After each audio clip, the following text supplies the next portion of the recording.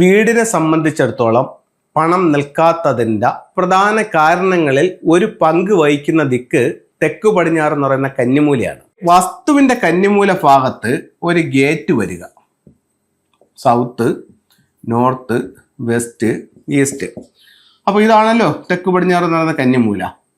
ഈ കന്നിമൂലയിൽ ഒരു ഗേറ്റ് വന്നു കഴിഞ്ഞാൽ പ്രോബ്ലം ആവും.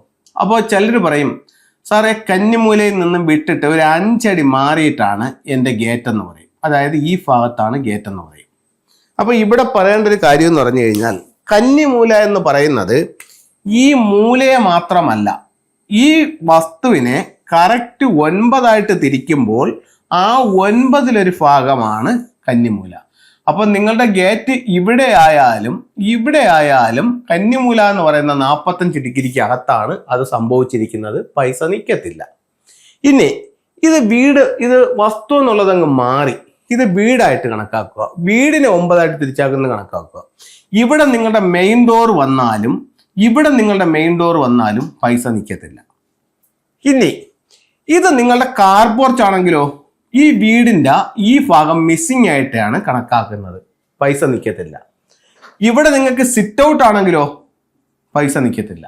നിങ്ങൾ വീട് വെച്ചപ്പോൾ ഈ പറയപ്പെടുന്ന തെക്ക് പടിഞ്ഞാറ് മൂല നിങ്ങൾക്കില്ല.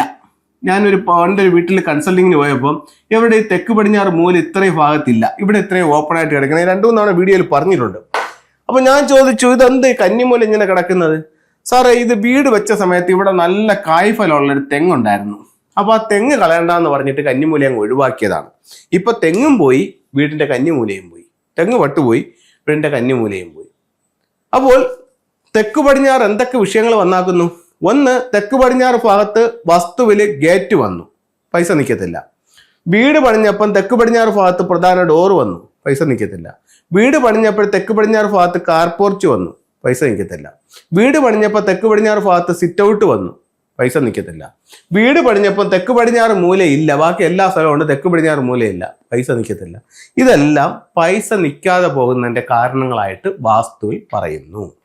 ഇനി സാമ്പത്തിക പ്രശ്നമാണ്, മൊത്തം കടമാണ്. അതിന് മറ്റൊരു കാരണമുണ്ട്, അത് ഫെങ്ഷുയിലാണ് പറയുന്നത്. നിങ്ങളുടെ വീടിന്റെ തെക്ക് കിഴക്കെന്ന് പറയുന്ന സൗത്ത് ഈസ്റ്റ് കോർണർ, ഈ സൗത്ത് ഈസ്റ്റ് കോർണറിൽ നിങ്ങൾക്കൊരു ടോയ്ലറ്റ് വന്നു, സാമ്പത്തിക പ്രശ്നം ഉണ്ടാവും. സൗത്ത് ഈസ്റ്റ് കോർണർ നിങ്ങൾക്ക് ഇവിടെ കന്നിമൂല പോകണക്ക് ഇവിടെ നിങ്ങൾക്ക് റൂമില്ല, അവിടെ ഒഴിഞ്ഞു കിടക്കുകയാണ്, സാമ്പത്തിക പ്രശ്നം ഉണ്ടാവും.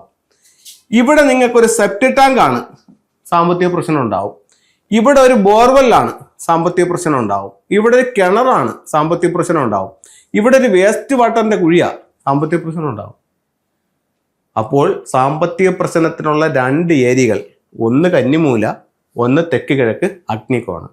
വളരെ ശ്രദ്ധിച്ച് കൈകാര്യം ചെയ്തില്ലെങ്കിൽ വലിയ കടബാധ്യതയിലേക്ക് പോകാൻ ഇത് കാരണമാകും. ഫെങ്ഷുയുടെ ചില ടൂളുകൾ നോക്കാം. ഇത് ഒരു വെൽത്ത് ബൗളാണ്.